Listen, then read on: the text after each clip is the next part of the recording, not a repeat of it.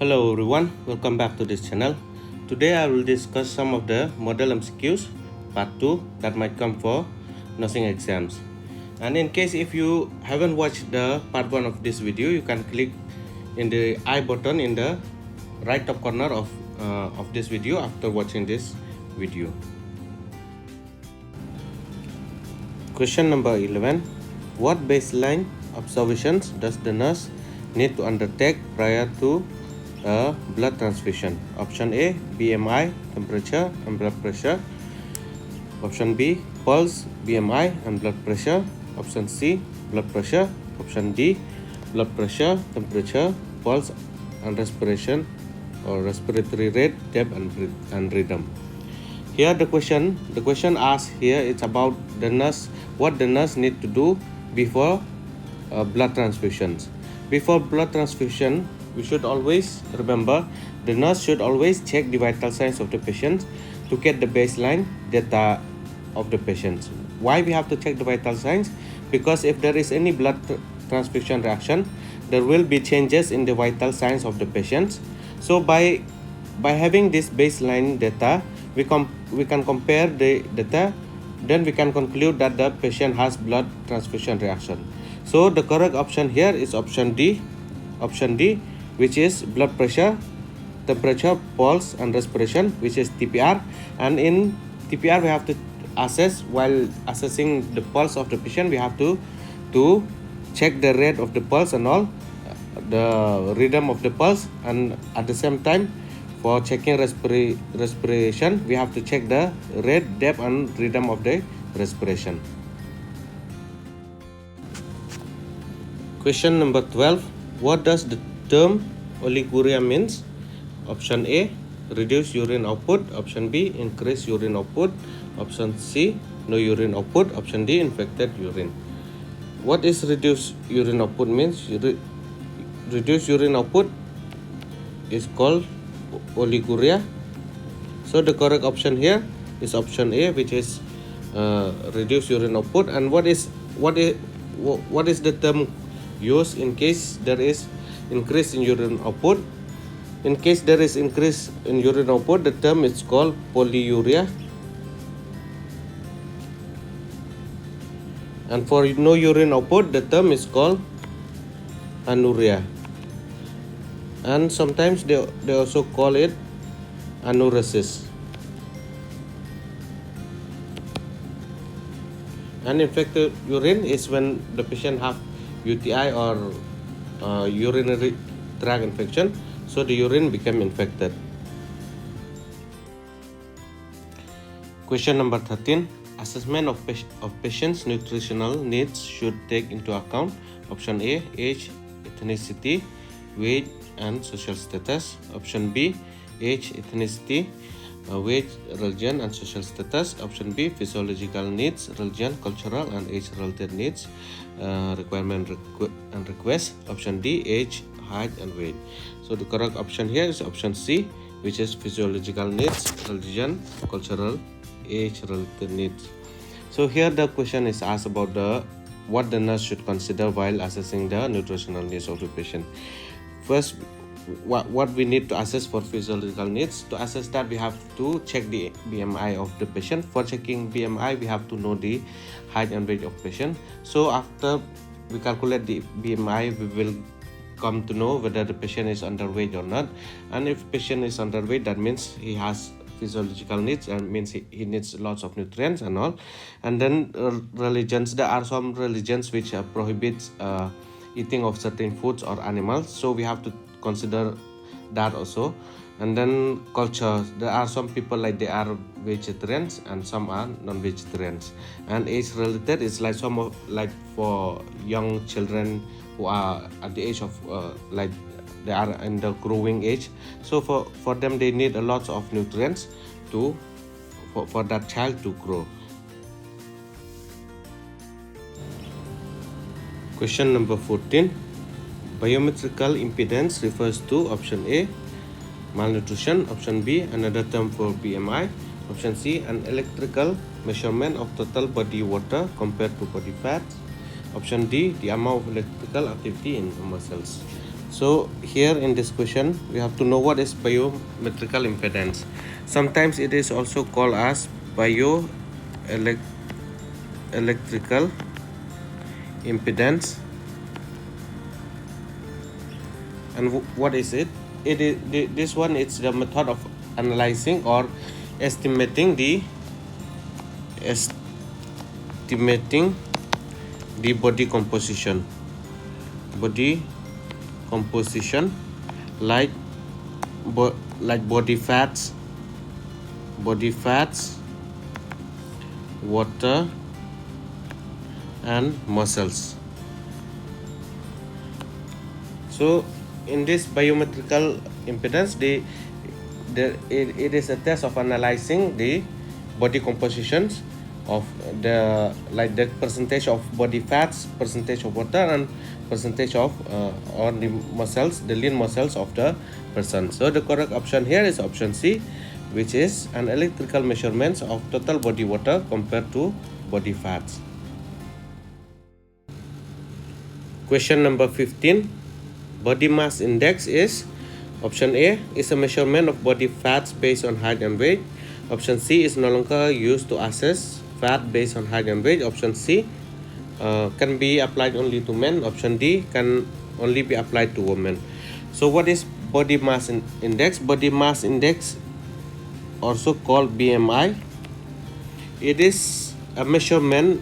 It is used as a measurement of body fats based on height and weight. So the correct option here is option A, which is a measurement of body fats based on height and weight, and the formula is weight in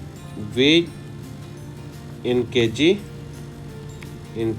whereas height of a person is used in meter square.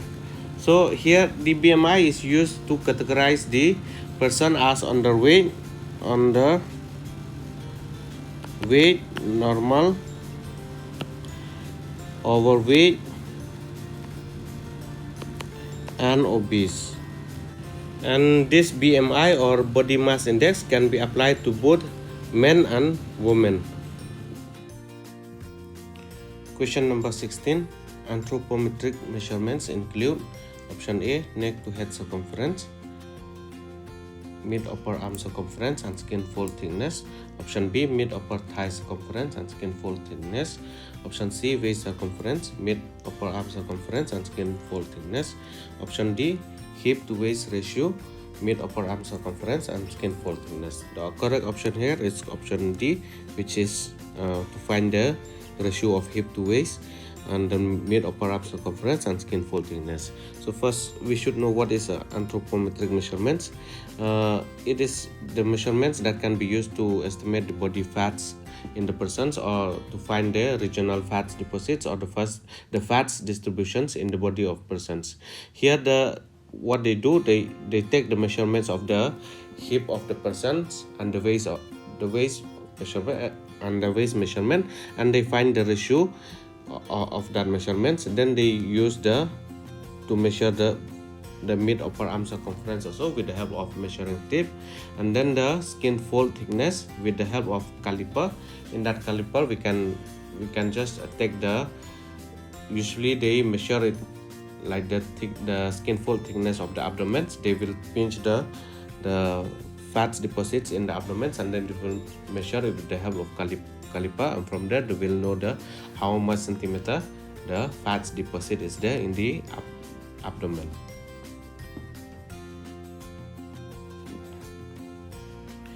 Question number 17. A man of 1.64 meter height and weight of 72 kg, what is his BMI?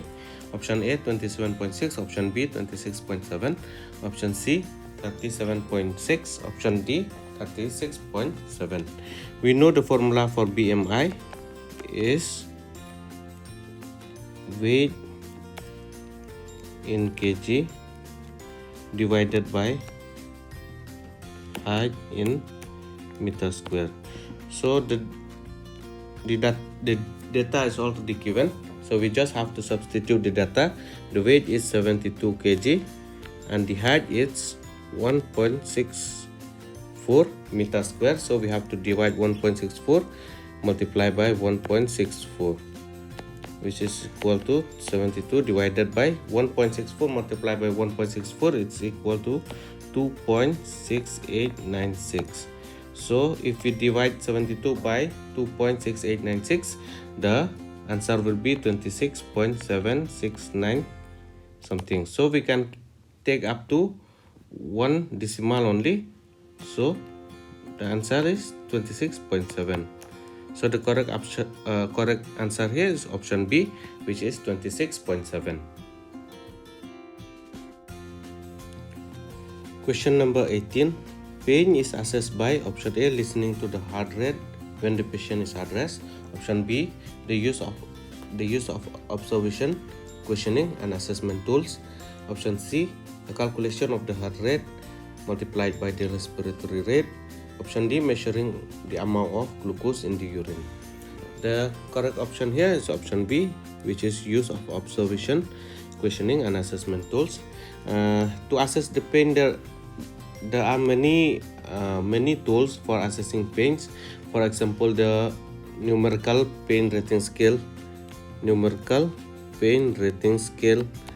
Then there is another one which is called visual analog scale, and then defense and veterans pain rating scale, and then there is another one also, non-verbal pain scale. So in all these scales, there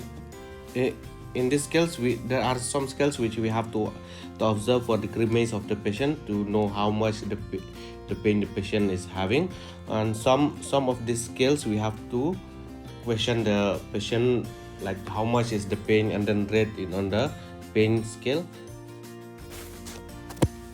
Question number 19. Neuropathic pain results from option A, brain injury.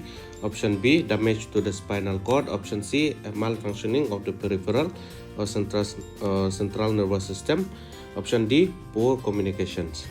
So what is neuropathic pain? Neuropathic pain is a type of pain caused by the nerve damage or problem with the central nervous system. So the correct option here is option C, which is malfunctioning of the peripheral or central nervous systems. And what is the characteristic of these pains? It is usually of burning type, tingling, sharp or stabbing type of pains. So the people who experience this condition or this type of pain, they feel a lot of pain even when they are touched softly or gently, and they also can feel the pain all the time, or the pain might come and go.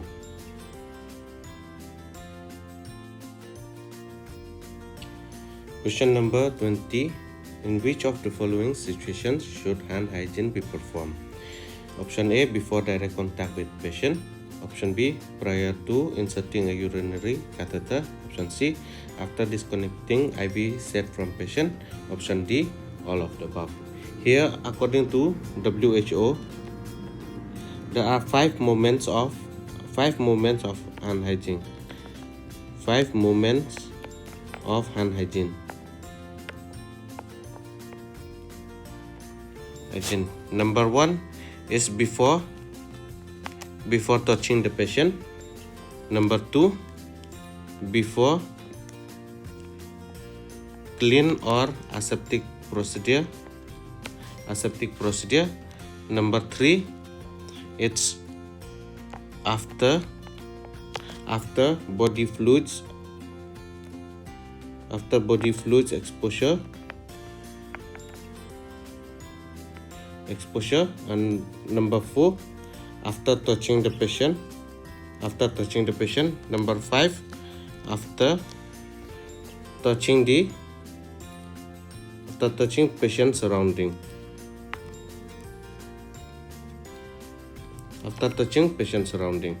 So the correct option here is option D, which is all of the above. That means before contacting the patient also, prior to inserting a urinary catheter, which is aseptic technique or sterile techniques, or after disconnecting IV set from patient, which is after touching the patient or after touching the patient surrounding. So the correct option here, option D, all of the above. And you can also see here, this is the 5 moments of hand hygiene according to WHO. Before touching the patient, before clean or aseptic procedure, after body fluids exposure, after touching the patient and after touching the patient surrounding.